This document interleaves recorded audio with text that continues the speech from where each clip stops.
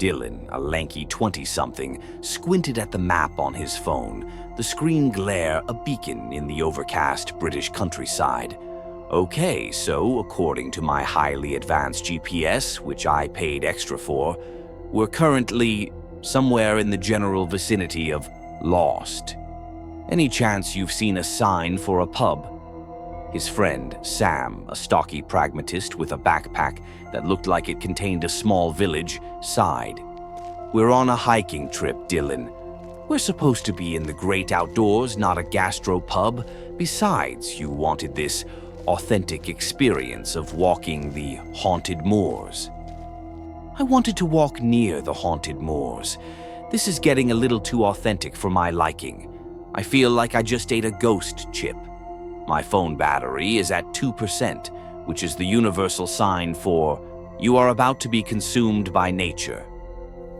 The two friends had decided on a hiking trip to unplug and reconnect with the wild, a phrase that sounded much better on the internet than it felt in reality. They'd spent the last hour trudging through knee-high heather, their conversation a mix of deadpan complaints and sarcastic observations about the local wildlife, which so far consisted of an unimpressed sheep. As dusk began to settle, a chilling breeze swept across the moor. A low growl, deep and resonant, echoed from a nearby cluster of rocks.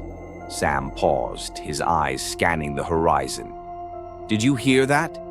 Dylan, who had been trying to get a signal to post a photo of a particularly photogenic clump of moss, looked up.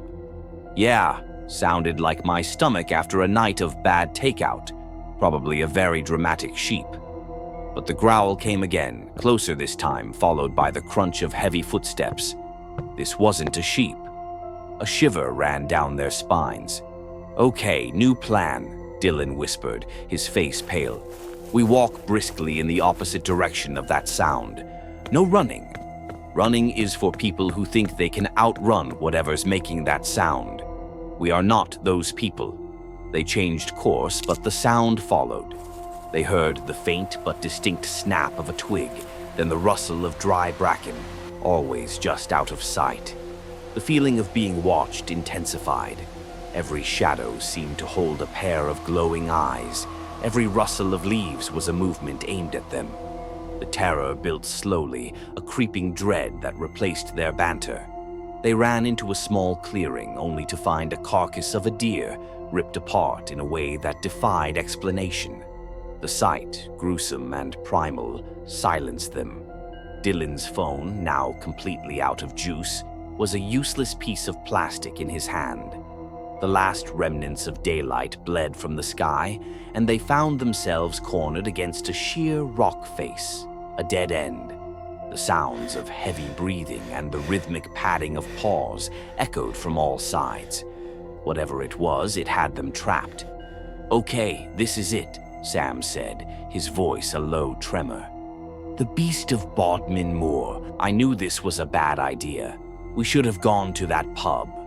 A low growl, louder and more menacing than before, erupted from the darkness. A pair of eyes, large and green, shone from the shadows.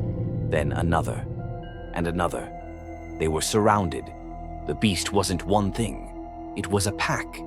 The figure stepped into the moonlight, sleek and powerful, with black fur that seemed to absorb the light. It wasn't a mythological monster. It was a perfectly real, terrifyingly large black panther, and it was flanked by two others. Dylan felt a new kind of terror, not of the supernatural, but of the animal. This was real. This was a predator. The creatures began to circle, their low growls a symphony of imminent doom. Dylan looked at Sam, his eyes wide, a silent apology. There was no escape. The beast of the moors wasn't a ghost story, it was a predator, and it had finally found its prey. Sarah, a freelance graphic designer in her late 20s, considered herself a connoisseur of solitude. Her meticulously organized, minimalist flat was a sanctuary from the world, a place where the only voices were from her true crime podcasts, and the only company was her overflowing inbox. The only thing she found slightly amusing was the constant barrage of mail addressed to her neighbor, an older woman named Brenda who seemed to be a hoarder of catalogs. "Seriously, Brenda, another one," Sarah mumbled, holding up a glossy brochure for a cruise line. "At this rate, your flat is going to sink from the sheer weight of all this unread paper." She'd lived in the building for 6 months and had never once seen Brenda. Their only interactions were through the mountains of junk mail that accumulated outside Brenda's door. Sometimes Sarah would hear the muffled sound of a television, a low hum that was always on, and she'd smile to herself, imagining Brenda, a TV fanatic lost in a sea of paper. "It's kinda like a game," she'd tell her best friend, who insisted she get out more. "I'm the mail gatekeeper. Today's high score is 3 catalogs and a magazine about stamp collecting." But recently, the game had lost its charm. The mail wasn't getting picked up. The low hum of the television had stopped. It was replaced by a strange smell, a sweet, cloying odor that Sarah, being an expert in bad smells, thanks to her overfilled recycling bin, immediately wrote off as a burst pipe or a poorly managed rodent problem. She even posted about it on her building's online forum, jokingly calling it Odorgate. The smell got worse, a lot worse. It was no longer a sweet stench, but something more profound, something that clung to her clothes and her skin. Her friends stopped visiting. She made up excuses about a project with a difficult client, but the truth was she couldn't stand the smell of her own flat anymore. One evening, as she was leaving for a walk, she saw the police talking to the concierge. They were asking questions about Brenda. Sarah felt a pang of guilt. Maybe she should have knocked on the door. Maybe she should have at least said hi. The police left, and Sarah, overcome with a sudden sense of dread, went back to her flat. The smell was unbearable. She had to do something. She remembered an old key that the last tenant had left behind for the building's emergency maintenance, a key that could open any door. She had always found it strange, a piece of useless metal in a modern, smart lock world. Now she felt a desperate need to use it. She slid the key into Brenda's lock, the tumblers clicking with an ominous sound. The door swung open and the smell hit her like a physical blow. The TV was still off. The flat was silent, and there, sitting on a chair in the middle of the room, was Brenda. Her body was gaunt and stiff. But that wasn't the worst part. The horror wasn't the discovery of a body.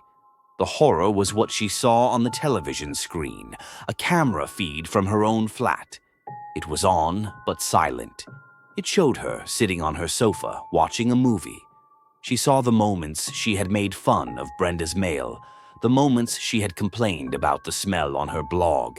Every one of her private moments had been broadcast on Brenda's TV for years.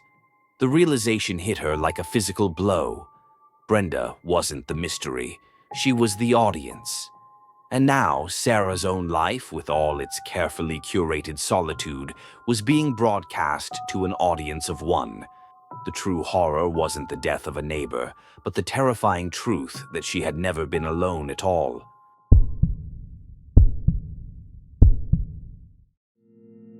Claire and Tom, a young couple in their 20s, stood in the living room of their new flat, a converted Victorian building in Battersea. Tom, a staunch skeptic with a PhD in computer science, was already taking measurements. "Okay, so we can fit the 85-inch television here. The Wi-Fi signal is surprisingly good for a place built in the 1800s. We're golden." Claire, who had a deep and unshakable belief in all things mystical, was less concerned with Wi-Fi and more with the cold draft she felt every time she walked past the fireplace. "Are you sure this place isn't haunted? I feel a definite energy. It's like the ghost of a grumpy butler just walked by." Tom chuckled. "Claire, it's a draft. We'll get a professional to seal it. There are no ghosts, only poorly insulated windows." Their banter was a constant source of amusement for them. He would rationalize every strange sound with a scientific explanation, and she would counter with a dramatic, supernatural theory. The first few weeks were uneventful, a mundane dance of unpacking and ordering takeout. Then things got weird. A loud bang on the wall would wake them up in the middle of the night. Claire would gasp, "See? A ghost." Tom would roll his eyes. "It's the pipes, darling. They're old." The bangs escalated. They became more frequent, more insistent, and seemed to follow them from room to room. The lights started to flicker in rhythm with the bangs. "A ghost trying to send us a message," Claire would whisper, half terrified, half thrilled. Tom would sigh. "The wiring is a fire hazard. I'll call an electrician." One evening, as they were watching a movie, the remote flew off the coffee table and slammed against the wall with surprising force. Claire screamed. Tom, for the first time, looked genuinely rattled. He picked up the remote, his hands trembling slightly. "Okay, that was a very strong pipe. It must be some kind of pressure buildup. A big one." The poltergeist seemed to be getting angrier. A framed photo on the wall, a picture of Claire's family, flew off the wall and shattered on the floor, the glass splintering into a million pieces. The sound of a woman screaming, a high-pitched, bone-chilling shriek, echoed from the hallway, as if from 1,000 invisible throats. "It's a voice from beyond the grave," Claire sobbed, burying her face in Tom's shoulder. Tom, his face pale, grabbed a flashlight and went to investigate. He shone the beam down the hallway, but saw nothing.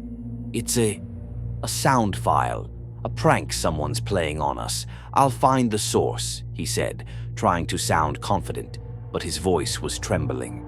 The poltergeist didn't stop. A deep, guttural growl came from the bedroom, a sound so primal it made their blood run cold.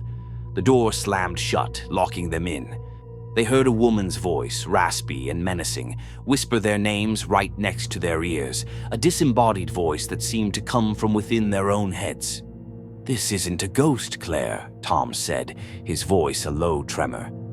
"I've been trying to find a logical explanation for everything, but there isn't one. We're being tormented by something real." Suddenly, the lights flickered back on. The door unlocked. They ran out of the flat and saw a woman standing in the hallway, her face contorted in a terrifying grin. She was their next-door neighbor, a shy elderly woman who had always been kind and quiet. In her hand, she held a small electronic device. "You're not supposed to be here," she said, her voice a low growl. "He's supposed to be here, not you." Tom and Claire looked at each other in horror. The woman wasn't a ghost. She was a living person, a stalker who had been using technology to manipulate them. The banging on the walls, the voices, the flying objects, it was all a sinister plot. The true horror wasn't the supernatural, but the violation of their privacy and the chilling realization that they had been living with a dangerous stranger who was now staring at them with a look of pure, unadulterated madness. Please like and subscribe.